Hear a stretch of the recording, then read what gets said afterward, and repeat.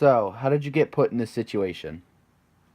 Um, well, I had you by C-section back on April 3rd of 2002, and I had gone back to the doctor several times because I didn't feel very well.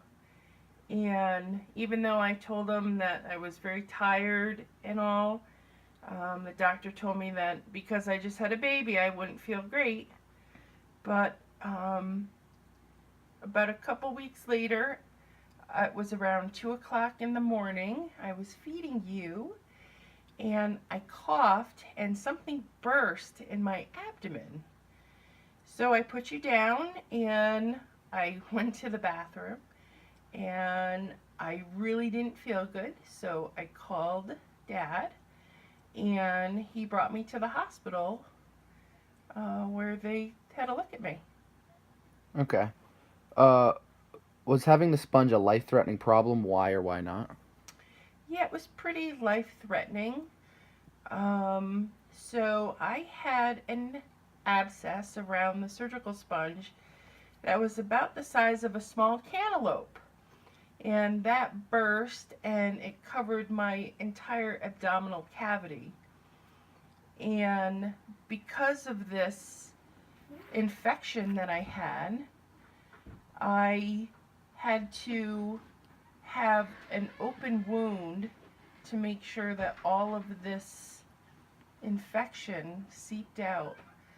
I was so sick, my temperature was 104.7 degrees, which they had to pack me in ice so I didn't lose brain function because anything over 104.5 starts to kill brain cells. Yep. So I was in the hospital for, let's see, I think a little under 2 weeks.